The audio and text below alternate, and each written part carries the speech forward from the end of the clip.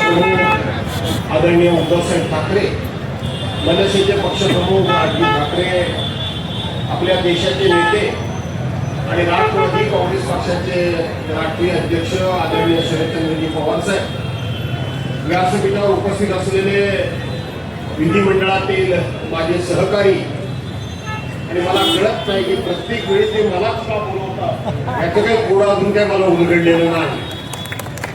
आणि म्हणून तुमचं अफाट प्रेम आहे, तसं तुमच्या आमदारांचं देखील माझ्यावर प्रेम आहे. ते माझे मित्र सुनीलजी राऊत, मनसेचे सरचिटणीस, माझे जुने सहकारी मनोज चव्हाण, आमचे मार्गदर्शक कामगार नेते बाबा कदम, राष्ट्रवादीचे प्रवक्ते गणेश शिंदे, मनसे अध्यक्ष विनोद शिंदे, मनसे शाखाध्यक्ष मनसेताई गिरगावकर, सुजिराताई केणी, शिवसेना उपविभाग प्रमुख दीपालीताई पाटील, विभाग संघटिका विद्याताई जाधव, व्यासपीठावर उपस्थित असलेली तिन्ही पक्षाची प्रमुख नेते मंडळी आणि मोठ्या संख्येने उपस्थित असलेल्या बांधवांनो, भगिनींनो आणि सहकारी मित्रांनो, निवडणूक जाहीर झाल्यापासून मला वाटतं एकंदरीत आपण जर घाटकोपर फिरून पश्चिम धरलं, दादर धरली, शिवडी धरली, परेल धरलं, बघितलं, नवी मुंबई बघितली, पिंपरी चिंचवड बघितली, पुणे बघितलं, तर ही माझी 27वी 28वी सभा असावी. काल रात्री 3 वाजता पुण्यामधून पुणे 4, पिंपरी चिंचवड 3 आणि नवी मुंबई 2 अशा 9 सभा करून रात्री 3 वाजता आली. काल संपूर्ण राज्यामध्ये एक जबरदस्त प्रकारचं वातावरण हे विद्यमान सरकारच्या विरोधात, विद्यमान सरकारने जनतेला केलेला विश्वासघात, विद्यमान सरकारच्या कालखंडामध्ये कारकिर्दीमध्ये वाढलेली प्रचंड दादागिरी, गुंडगिरी, महिलांच्यावर वाढलेले अत्याचार, या सगळ्या पार्श्वभूमीवर राज्यकर्ते हे नम्र असावे लागतात, थोडे जनतेला कुठे ना कुठेतरी बांधील असावे लागतात. परंतु आजचे राज्यकर्ते हे प्रचंड अहंकारी झाले, आजचे राज्यकर्ते प्रचंड उन्मत्त झालेले आहेत. झालेल्या चुकांचं त्याला यत्किंचितही कुठल्या प्रकारचा पश्चाताप नाही, सुधारणा करण्याचं नाव नाही. आणि म्हणून ते आता अशा हवेमध्ये आहे की केंद्रातलं सरकार असेल, राज्यातलं सरकार असेल, आता आम्हाला सत्तेवरून कोणीही खाली होऊ शकत नाही. आणि म्हणून त्यांच्या मनातला गेल्या कित्येक वर्षांचा जो डाव होता की आपली मुंबई ही सातत्याने टिंगलटवाळी केली जायची, की आपले विरोधक, खास करून भारतीय जनता पार्टीचे लोक हे सातत्याने टिंगलटवाळी करायचे की मुंबईची निवडणूक आली की मुंबई आम्ही कोणतरी तोडेल, आमची मुंबई कोणतरी तोडेल, अशी आमच्या लोकांची भाषणं असतात, ठाकरेंची भाषणं असतात, अशा प्रकारची टिंगलटवाळी करणे. पण काल आपण मुंबईची शिवतीर्थावरची सभा बघितली की नाही बघितली?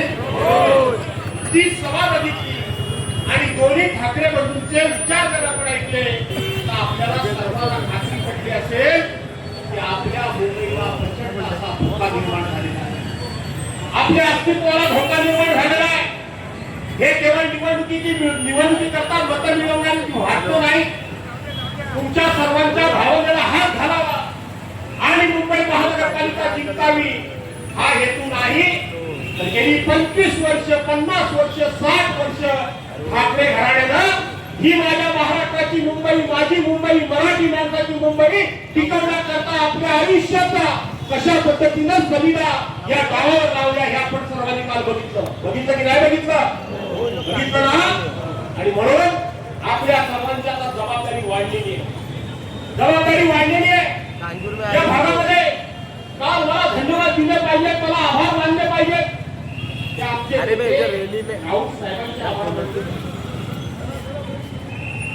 नोव्हेंबर महिन्यामध्ये त्यांनी मुलाखत दिली, वाईट वाटतं मला, मुलाखत दिली आणि त्या मुलाखतीमध्ये त्यांनी सांगितलं की आता पुढच्या वर्षी तुम्हाला भेटायला येईल, माझ्या तब्येतीनं थोडीशी मला अडचण निर्माण केलेली आहे आणि म्हणून 2026च्या जानेवारीशिवाय मी तुम्हाला भेटू शकणार.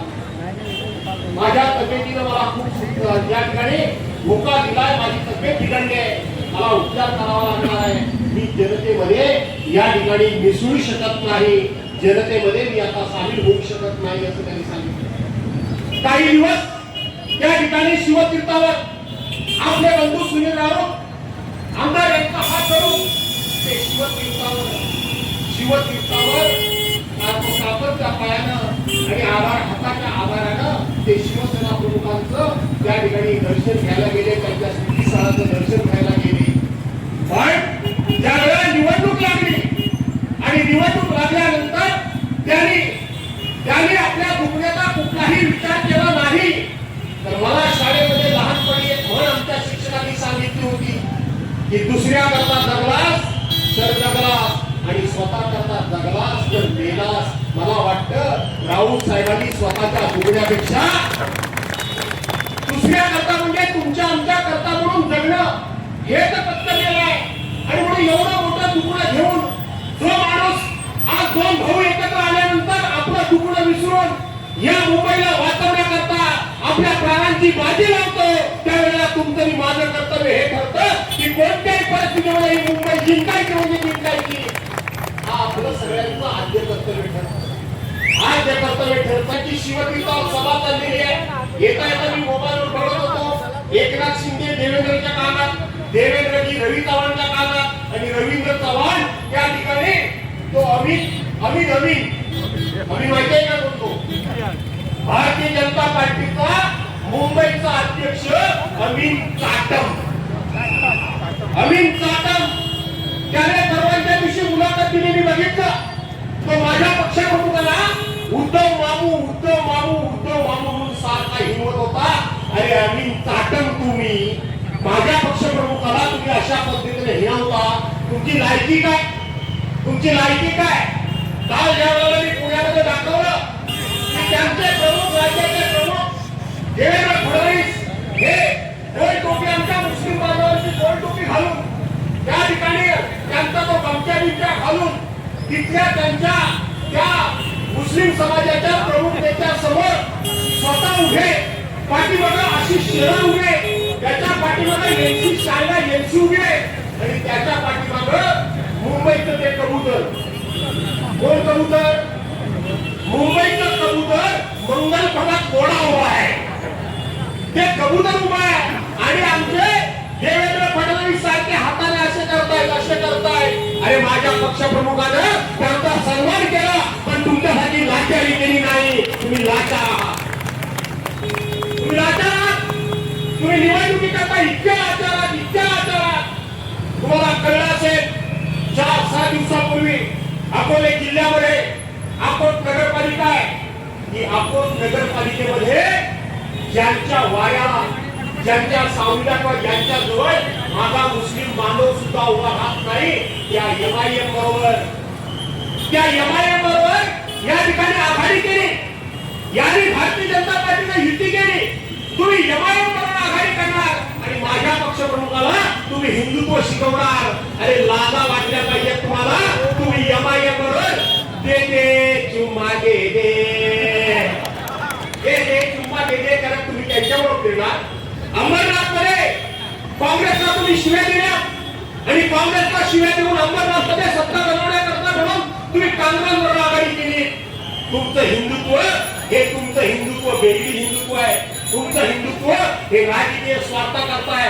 तुमचं हिंदुत्व हे सत्तेकरता हिंदुत्व आहे आणि तुमचं हिंदुत्व हे लोकांना विश्वासघात करण्याकरता तुमचं हिंदुत्व आहे. काय झालं 22 एप्रिल 2025 रोजी काय झालं? त्या ठिकाणी पुलवामामध्ये आमच्या 25 महिला भगिनींची कपाळं पांढरी केली. शोधून त्यांचा जात धर्म बघून त्या ठिकाणी त्यांना गोळ्या घालून मारलं. त्या वेळेला सातत्यानं काँग्रेसच्या लोकांना हेच नरेंद्र मोदी विचारत होते की हे देशाच्या सीमेकडून हे अतिरेकी येतात कसे, कुठून येतात? तुमच्या हातामध्ये सगळ्या संरक्षण यंत्रणा असताना आमच्या मनमोहन सिंगांची तत्कालीन पंतप्रधानांची चेष्टा करून हे अतिरेकी येतात कुठून? आणि म्हणून या अतिरेक्यांना रोखायचं असेल तर मनमोहन सिंग तुमच्यासारखा मोदी बाबा कामाचा नाही, त्याला माझ्यासारखा 56 इंचीचा 56 इंच छाती असलेला पंतप्रधान पाहिजे असं सांगितलं. 26 लोकांना मारलं, 26 लोकांना मारलं. पण आज सांगायची अजिती आले कुठून गेले कुठून याचा कधी शोध लागलाय? त्यांनी ऑपरेशन सिंदूर म्हणून एक त्या ठिकाणी मोहीम राबवली. आमच्या पहिल्या भगिनींनी भाऊ कोण चालणार नाही, व्यावहारिक दृष्टिकोन आणि अशा प्रकारची ही कृत्य हे नेहमी निवडणुकीकरता कसे वापरतात ते विचार करा तुम्ही. ऑपरेशन सिंदूर दिलं, त्या ऑपरेशन सिंदूरचे बॅनर सगळे लावले आणि त्या बॅनरवर एक फोटो होता, आठवतो काय बघा. त्या बॅनरवर 22 एप्रिलला ही घटना घडली आणि 16 एप्रिलला एका नववधूचं लग्न झालं होतं नव्हती. आणि मग ते मारल्यानंतर ह्याने ऑपरेशन सिंदूर म्हणून नाव घेतलं आणि घरोघर सिंदूर पाठवला. आठवतंय तुम्हाला? घरोघर सिंदूर पाठवलं. पण ह्या माझ्या भारतीय नारी, या माझ्या महाराष्ट्रातल्या खऱ्या अर्थानं ज्याला सौभाग्याची किंमत कळते, ज्याला एवढ्याशा चिमीटभर पिंजरीचं